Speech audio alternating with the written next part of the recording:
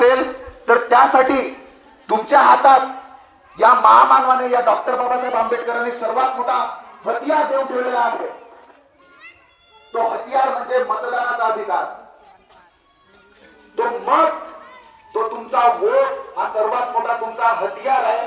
जोपर्यंत तुम्ही या मतदानाचा, त्या वोटचा योग्य वापर करणार तोपर्यंत हे जे धन्ना सेठ आहेत, हे जे प्रस्थापित लोक आहेत, किंवा जे काही आपल्या वडसा शहरातला जो विशिष्ट वर्ग पाहिजे, आम्ही सुद्धा बहुजनांचं जे बहुजन वर्ग आहे हा सुद्धा आत्मसन्मानाने जगला पाहिजे आणि या वडसा शहरातले जे काही धन्ना सेठ आहेत यांच्या विरुद्ध लढलो पाहिजे. तर तुम्हाला जो मतदानाचा अधिकार मिळाला आहे तो मतदानाचा अधिकार, त्याचा योग्य वापर तुम्ही करा.